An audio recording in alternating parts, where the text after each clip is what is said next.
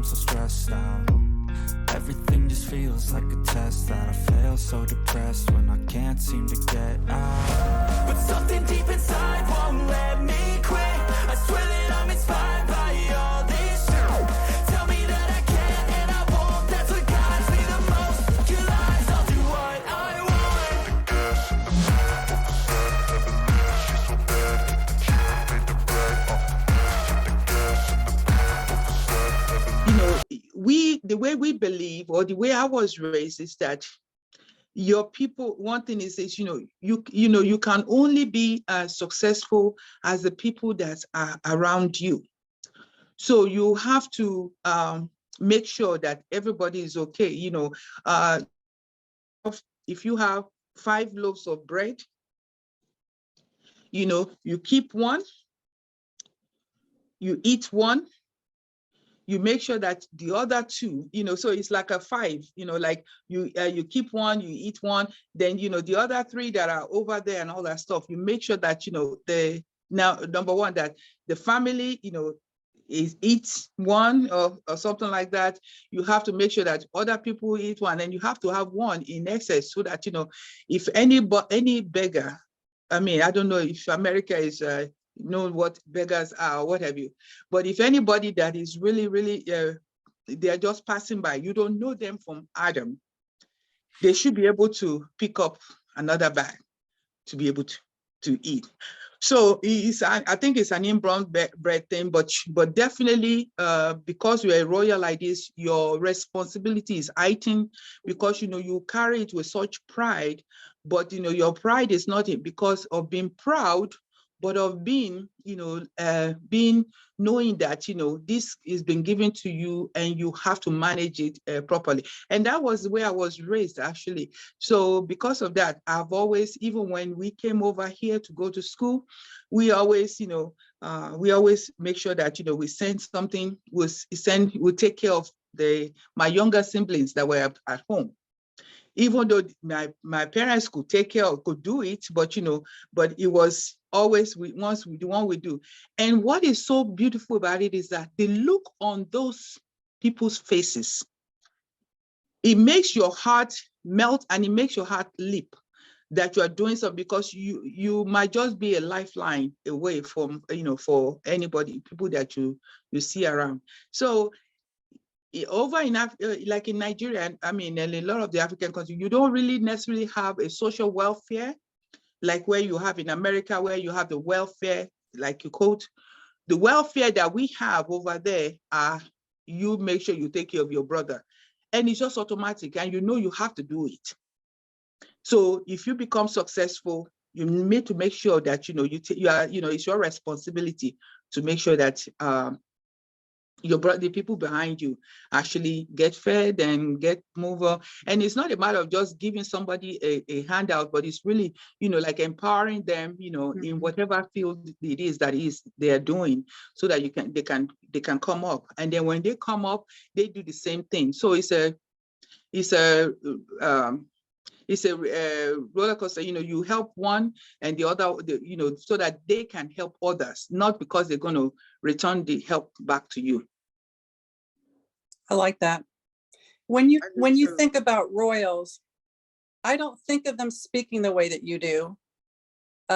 You mentioned earlier that authenticity can determine who you become, yet you've chosen a level of communication style to me that you're speaking from, I'm going to call it intellectualism, yet it also moves me. That you're not watering down the message, even though we may not all understand everything that you're saying, you're not watering it down. You have an expectation for us to catch up. That's what I get when I hear from you is, catch up, I'm taking you somewhere and I want you to come with me. Yes. And you are so spot on. That's exactly what it is. And really too, when I'm communicating my messages, my message is coming from empathy. So we believe in empathy a lot. So it's not necessarily, why are you not doing better, or why, where, so you have, it's almost like walking in somebody else's shoe. without necessarily, I might not even know at all what exactly would be like to be there, but I, just thinking and walking in their shoe just a little bit, and I think it's just really, it's a when you really come down to it, it's really a biblical and value. Yeah, even in the Quran, it's there, because you'll be so surprised, because my mother, my mother and my family, they are all Muslim, and my father's family, they're Christian. So in Nigeria, when we grew up over there, we grew up with both the Muslim and the Christian, in the house. And you even go to school and you learn all of that. And I'm telling you, so all of this is just really a basic principle, even what Jesus taught about being a servant, in order to be able to be a leader, you must serve first. And, and really having that servant heart, and let your, whatever where you are coming from, let it be from an empathy, as opposed to even a sympathetic heart. Just really, and just really being able to feel from within. And when whatever it is that you do from your heart, it will show. And you don't necessarily have to put any blinks and bells to it. It will show. And I think that resonates more, and it makes you able to serve, to be of service to people. It's so funny. My daughter, they say my mom, we sit with the kings and the prince and the presidents of this world, and yet she's just quite at home with somebody on the street, somebody that just needing a bread or drink or something like that to just eat. And I said, well, that's really the way it should be, shouldn't it? Shouldn't it be, especially when you're being your authentic self? Mm-hmm. I think you have a very good way of imagining the viewer sitting in the chair looking back at you, and you can actually understand what it is that they're feeling and what they're needing. I think that's a gift. Thank you.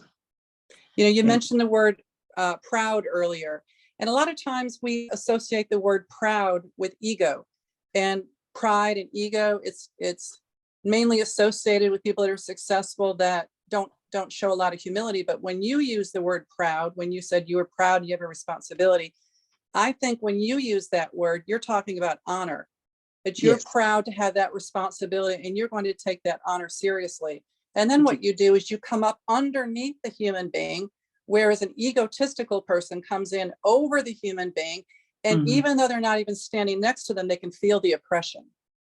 Whereas you are, with your honor, coming underneath someone, you're informing them, but you're also encouraging them.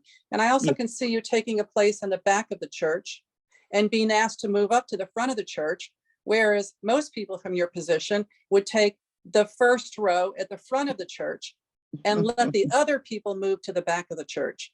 I think someone like you probably would have to keep yourself in check on a daily basis to make sure you stay true to who you are, because a lot of people are probably trying to flatter you or make you feel good for their own purposes, possibly. Right.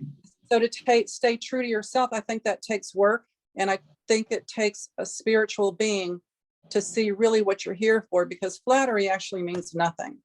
A lot of times flattery means they want something from you. And I think you probably, what I'm hearing you say is you have a almost like a protective bubble around yourself, and you're staying true to your purpose, because everything you're saying is still on track. And with everything that I've read about you, you're conveying your message very consistently. Thank you. Yeah, and that's because just when you believe in something and this is your calling, and you said you hit it right on the nail when you said just really being true to yourself. It's not, and one of the things I love what you said about being people with flowery around you, just because they need something. But one thing is this. When you talk about humility and just really, being going on out, but when you have a true knowing within yourself, there will never be a need for want to try to bring anybody down, because when you have a true knowing, and of course, when you have a true knowing and a true knowledge of yourself, you know, it is not pride, but if, you know, you know what is real, what is right, and, you know, and if anything is going off course, you can put it back on track. That is, you can, you know, like the way they say over here in America, you say you can check them, you know, like put them back on track or whatever. Because, you know, it's like, my humility is not naivety. It's not, you know, my humility is not because I don't know, you know, that it could, you know, it could actually be the other way. But it's because this is the course I choose to go. But like almost like the way that we say it over here in the South, don't try me, you know, that type of thing. But yeah, but it comes from within. Everything that because one thing I always believe is that, you know, most often times like this, we're always looking for something on the outside to, you know, we're looking for something on the outside in order to, so because of that, like this, we're not able to be our true authentic self, or to be able to even be empathetic for people in certain situations. But when you already have a knowing, you are able to even put, you know, transpose and sit and be able to and feel, sit in the other chair and feel with them at that moment. You know, and I think that most people do want to do that, but they don't really know how to do it. Because most often time like this, most people are always living in the future or in the past. Yes. In the future, in that they are like searching. They're searching. I want to become this. I want to be this. I want to be that. And they're searching and they're struggling. They, you know, and everything is, oh, I will do this, and I'm going to do this, and I'm doing that, and I'm doing that. And then, or in the past, where they're living in regret, or, oh, 20 years, I used to do this, I used to do that, and or, oh, I wish I could have done it like this. I wish. But most often time like this, we don't live in the presence, in the now, in the right now. And if we actually take a few moments, even each day, to be able to live in the presence, we will be able to give out within ourselves, because we have it all within. We'll be able to give out not only love, we'll be able to give out the empathy, we'll be able to give out so much of ourselves that other people can actually be able to hold on to be able to pull them out of whatever it is that they're going through. Because as a human being, God has deposited so much in each and every one of us. I mean, each and every one of us. And it should be that because God deposited so much into you, when you come into a present with somebody that is depressed, or somebody that is having such a bad day or what have you, when they come in your presence, you know, if you cultivate enough of your inner, the inner mojo, like I call it, if you cultivate enough of it, when you come into the presence of those people, the atmosphere should be elevated. And it's really, really powerful. And that is really what is more needed, you know, because each of us, we have it, but we're not using most of it to the highest level that we need to. I think you're talking about aura and vibe. Yes. Something I was curious about, and you may think this is a really crazy question, but people think that about me, but I have to ask you this.